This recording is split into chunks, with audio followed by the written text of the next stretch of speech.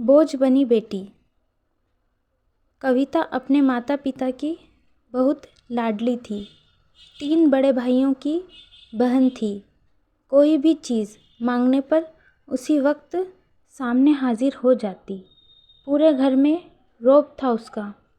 पूरे परिवार और नौकरों पर राजकुमारी की तरह हुक्म चलाती थी। स्कूल में भी पूरा रौब था उसका। बड़े घर की लाडली जो थी। ऐसे ही उसने कॉलेज में दाखिला लिया। उसके ठाट बाट बड़ी गाड़ी में आना जाना, हर दिन नया फैशन देखकर हर कोई उससे दोस्ती करना चाहता था।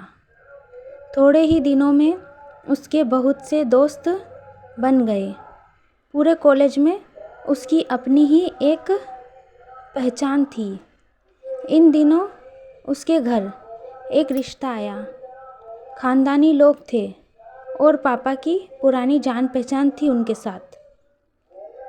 कविता के साथ कोई ज़बरदस्ती नहीं थी, पर कविता ने फिर भी हाँ कर दी, क्योंकि वह अपने परिवार से बहुत प्यार करती थी। वह जानती थी कि वह लोग उसका अच्छा ही सोचेंगे। लड़के का नाम राज था। राज काफ़ी पढ़ा लिखा और समझदार लड़का था। ससुराल वाले भी बहुत अच्छे थे। ससुराल में कविता की जगह वैसी ही थी जैसी कि मायके में। कोई भी कार्य कविता की सलाह के बिना नहीं होता था। सबकी लाडली बहू बन गई थी वह। फिर उसके घर एक बेटे का जन्म हुआ। राहुल कविता को जान से प्यारा था। पोता पाकर ससुराल वाले तो फूले नहीं समाते थे। कविता कभी कभी सोचती थी कि उसकी किस्मत कितनी अच्छी है। उसका हर अपना उसे कितना प्यार करता है। चाहे जीवन में कैसा भी समय आए, मेरे अपने हमेशा मेरे साथ हैं। मैं कभी अकेली नहीं हो सकती। कितनी खुशकिस्मत हूँ मैं।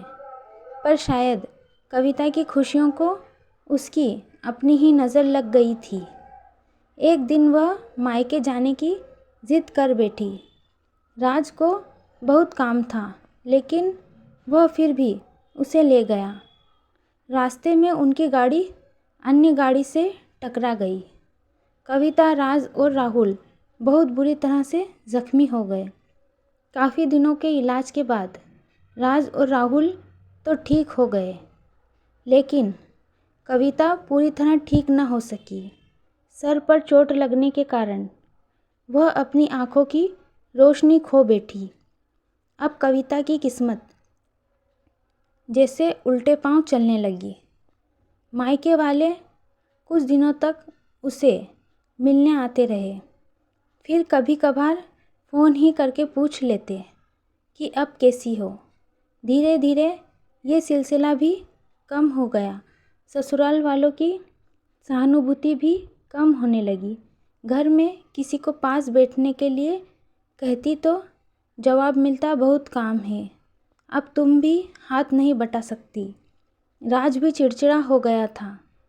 बस राहुल ही था उसके साथ, जिसके साथ हंसते खेलते उसका वक्त गुजरता। एक दिन कविता के हाथ से कुछ सामान गिर गया, जिसकी वजह से राहुल को हल्की सी चोट लग गई। कविता के सास ससुर ने राहुल को उससे अलग कर दिया कि कहीं उसके ना देखने की वजह से बच्चे का कोई नुकसान न हो जाए। कविता अंदर से टूट चुकी थी।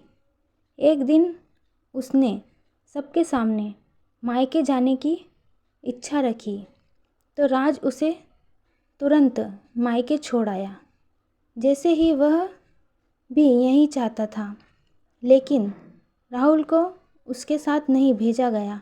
कविता कभी राहुल से दूर नहीं रही थी, पर अपनी कमी के कारण उसने ज़्यादा बहस नहीं की। कविता को लगा कि वह 3-4 दिन वहाँ रहेगी तो थोड़ा हवा पानी बदल जाएगा, क्योंकि वह कितने दिनों से कहीं भी बाहर नहीं गई थी। घर वाले भी इतने दिनों बाद उसे देखकर कितने खुश होंगे। कविता के घर पहुंचने पर सब लोग बहुत खुश हुए। खाने में सब कुछ कविता की पसंद का ही बना था। उसने अपने मम्मी पापा और भाभीयों से दिल खोलकर बातें की। उनके छोटे छोटे बच्चे भी बुआ के साथ घुल मिल गए थे। रात को सोने के वक्त जब वह कपड़े बदलने लगी तो उसे पता चला कि उसका बैग तो बहुत भरा हुआ था। वह सब समझ गई। वह बहुत उदास हो गई। कुछ दिनों तक तो सब ठीक रहा। फिर जैसे सब बदलने लगा, सबका व्यवहार बदल रहा था। वह लोग जैसे थक चुके थे उससे। सब लोग घुमा फिरा कर पूछने लगे कि राज कब आ रहा है, उसे ले जाने। वह बहाना बना देती, जबकि वह जानती थी कि उस घर में अब उसके लिए कोई जगह नहीं। कविता से चलते वक्त कुछ न कुछ नुकसान हो जाता। थोड़ी बहुत टोका टाकी उसे सुनाई देती, वह टाल देती।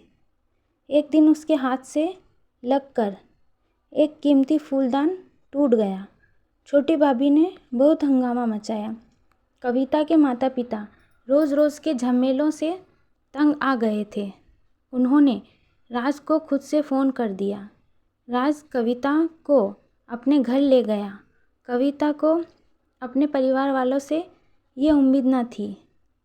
जिस कविता के कहे बिना घर में एक पत्ता भी नहीं हिलता था, उस घर के लिए वह अब बोझ बन चुकी थी। राज के साथ ससुराल आते वक्त वह बहुत खुश थी, क्योंकि वह अपने घर जा रही थी, अपने जिगर के टुकड़े राहुल के पास। परंतु यह खुशी भी कुछ पल की ही थी। सारा बंदोबस्त पहले ही किया हुआ था। कविता को सीधे ऊपर वाले कमरे में पहुंचा दिया गया। राहुल से दूर रहने की सख्त चेतावनी दी गई। एक कामवाली लता को उसकी जिम्मेदारी सौंपी गई, जो उसके खाने पहनने जैसी ज़रूरतों का ध्यान रखती। कविता ज़्यादातर चुप ही रहती। कभी कभी कामवाली लता से थोड़ा बतिया लेती। उसके ज़रिए राहुल का पता चल जाता। सबकी लाडली बेटी और बहू सबके लिए लाडली से बोझ बन चुकी थी।